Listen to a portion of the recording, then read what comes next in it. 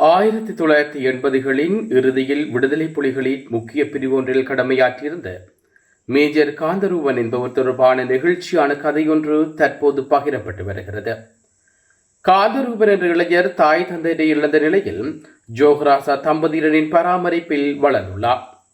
தாயகம் எதிர்கொண்ட வலி அனைத்தையும் அவரை தீவிரமாக பாதித்ததன் காரணமாக இளம் வயதிலேயே போராட்டத்தில் ஈடுபட்ட அவர் ஈர்க்கப்பட்டார். ஒரு மோதலின் போது எதிரி படையினரை நேரிட்ட போதிலும் காயமடைந்த காந்தரூபன் இயக்கத்தின் மரபுப்படி உயிர் மாய்க்க முயன்ற போதும் அருகில் இருந்த தோழர்கள் அவரை மீட்டு காப்பாற்றினார்கள். உயிர் தப்பினாலும் அருந்திய விஷத்தால் அவரது உடல் மிகுந்த தளர்ச்சி அடைந்தது.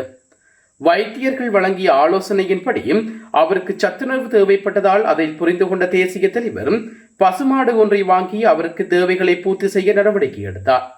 இதன்போது தலைவரின் துணைவியாரையும் காந்தரூபனை நேரடியாக கவனித்த நிலையில் சில வாரங்களில் அவர் மீண்டும் பணியில் இணைந்தார்.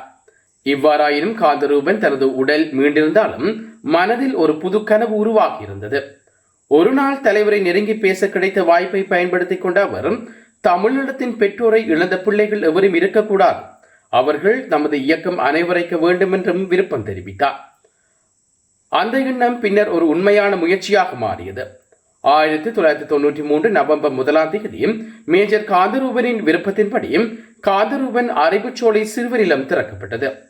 அந்த இல்லம் வடமராட்சி தொடக்கம் கிழக்கு கடற்கரை வரை பெற்றோரை இழந்த பல பிள்ளைகளுக்கு புதிய இல்லமாக மாறியது.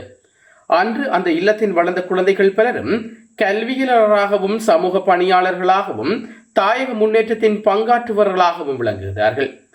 அந்த வகையில் 1993 ஆரம்பிக்கப்பட்ட குறித்த இல்லம் இவ்வருடத்துடன் தனது 32வது வருட நிறைவை நினைவு கூர்ந்து வருகிறது.